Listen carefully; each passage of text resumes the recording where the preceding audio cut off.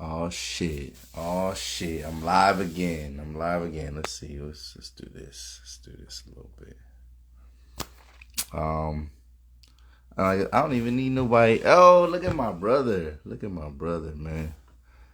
What's good with you, boy? How you doing, man? I wasn't even gonna wait for nobody. This is more just a rapid reaction. This ain't no I don't have no deep analysis. Because I don't have the track list or anything like that, whatever. But let's see, should I wait? I don't know. Or I should just talk my shit. I should just talk my shit. You know what I'm saying? I'm in good spirits. So, you know what I mean? You have to imagine what I thought, you know what I mean, happened at the end of this. You know what I mean? The result went the way I thought it would go. You know what I mean? I thought it was a clear victory for my man Musiq Soulchild. You know what I'm saying? I think it definitely started slow for both of them, actually. You know what I mean? When I think about and I think they both had to warm up a little bit. And vocally, I think maybe there were times where you might have felt that Anthony Hamilton was a little bit more consistent, whatever.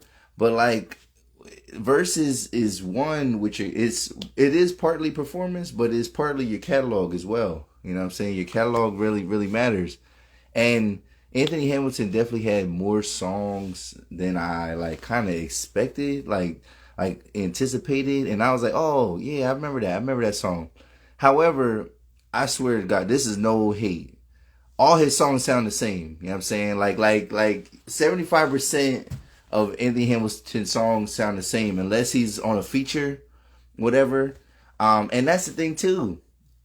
I actually was nervous for Musiq because he had all this firepower. He had all these guys that could do the features and things like that. And I thought like, oh, it was gonna be trouble for Musiq because Musiq was by himself for real, for the most part. I thought it was a rap for him. Y'all laughing, yeah. But then, yo, them features they do shit. You know what I mean? Yo, he brought Donnell Jones out, and then Donnell Jones actually probably messed it up for Anthony Hamilton.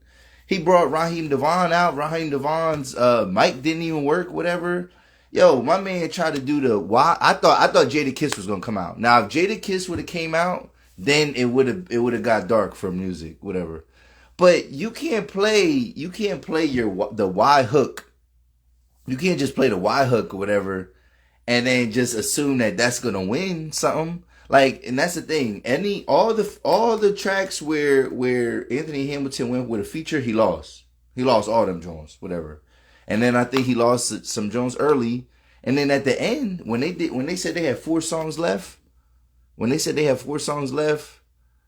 was yo, bro, yes, he played. How you gonna play the whole wide track? You gonna have you got Jada's like 3 verses. There's like 3 verses, whatever.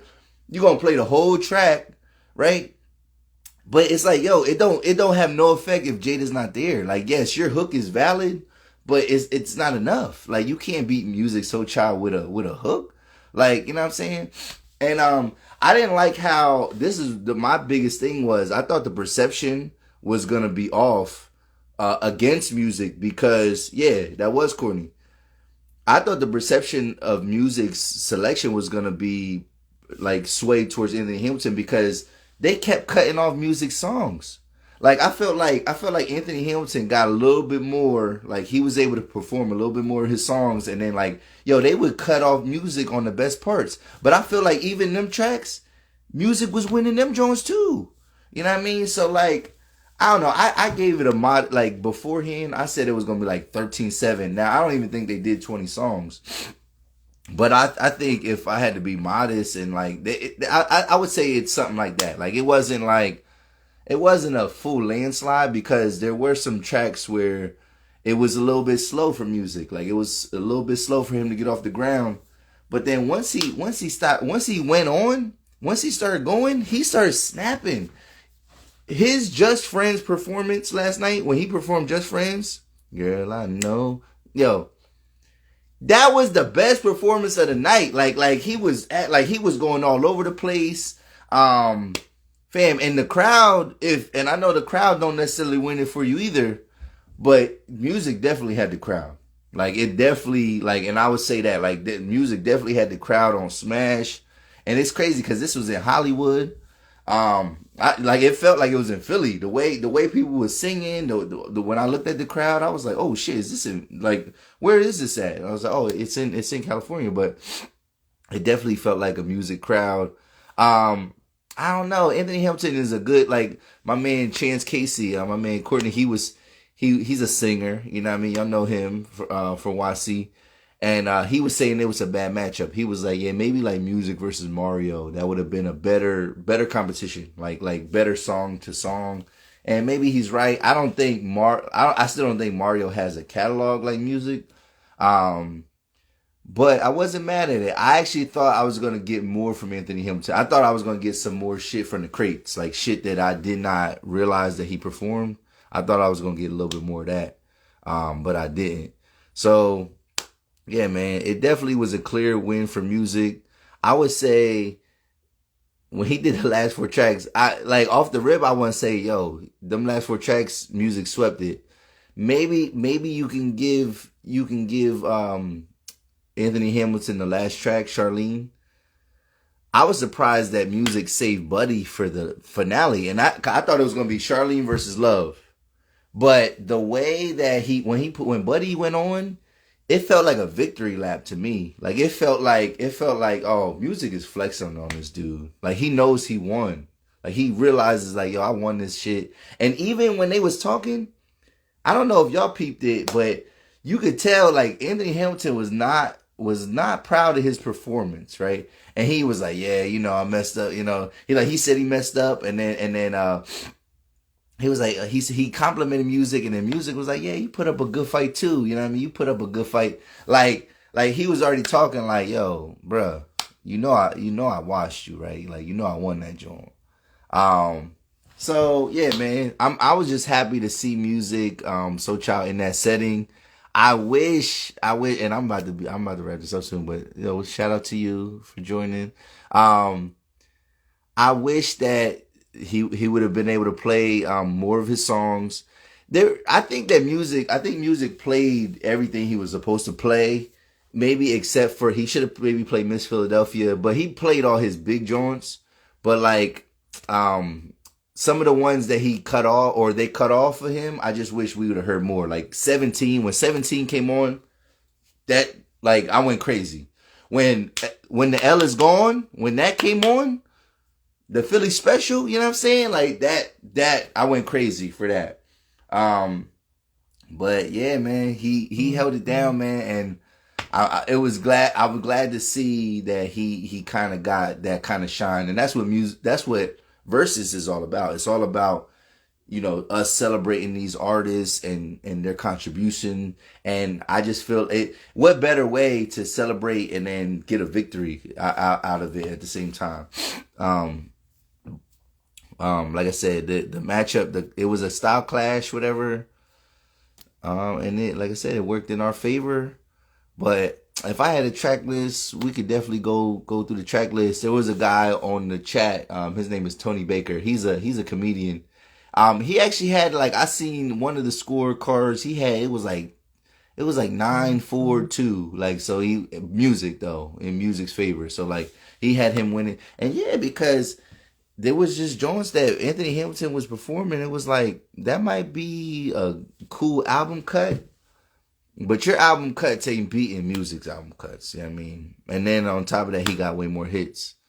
And he came out flexing with the Coming to Break You Off. But both of their vocals was a little bit iffy. But once Musiq warmed up, it was over. It was over to me. You know what I mean? So yeah, let's say 13-7 Musiq if they actually perform 20 songs. If not, I still say the majority goes to Musiq Soulchild though. But Anthony Hamilton, he did sound great. I would say that once he warmed up, he sounded great. He sounded like he sounds on the track. He sounded really great. But he just don't got Anthony Hamilton probably should have went against somebody I don't want to say D'Angelo, but maybe like D'Angelo. Maybe that's a better matchup for Anthony Hamilton.